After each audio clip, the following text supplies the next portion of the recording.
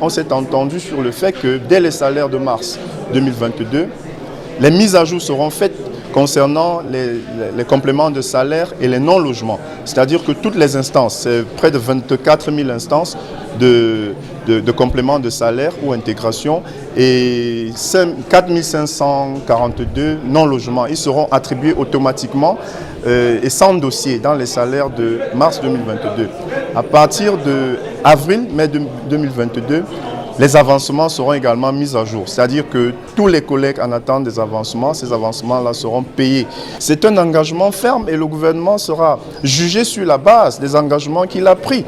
C'est d'ailleurs la raison pour laquelle nous avons appelé nos collègues à reprendre les classes parce que nous sommes à peine 2 semaines de la fin du mois. Montrons-leur notre bonne volonté et voyons s'ils vont faillir. Et là, nous aurions tous les éléments pour nous mettre véritablement en colère. Donc, si vous voulez que je parle maintenant de la réunion avec le ministre du Travail d'aujourd'hui, il a tenu à nous à répercuter d'abord les instructions du président de la République et nous rassurer par rapport à toutes les diligences qui ont été entreprises. Et là, on s'est dit qu'il fallait renouveler le contrat de confiance qui a été perdu entre le gouvernement et les mouvements syndicaux qui représentent les enseignants. Aujourd'hui, nous parlons de la dette.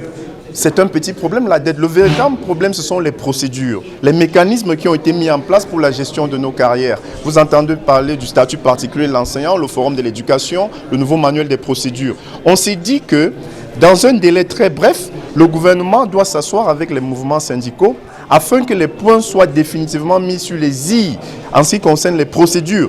Parce que ce sont les mauvaises procédures qui sont à l'origine des dettes et qui sont à l'origine des crises incessantes. En attendant la fin du mois de mars, tous les acteurs pris individuellement sont appelés à revenir vers les enseignants pour voir dans quelle mesure ils peuvent travailler à un retour du calme dans le champ de l'éducation.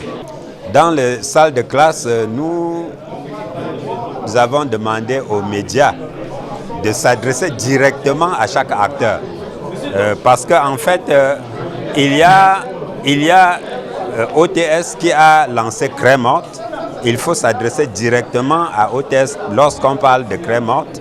Il y a l'intersyndicale qui a parlé de la grève administrative et il faut également que l'intersyndicale se prononce sur la poursuite ou non de cette grève administrative.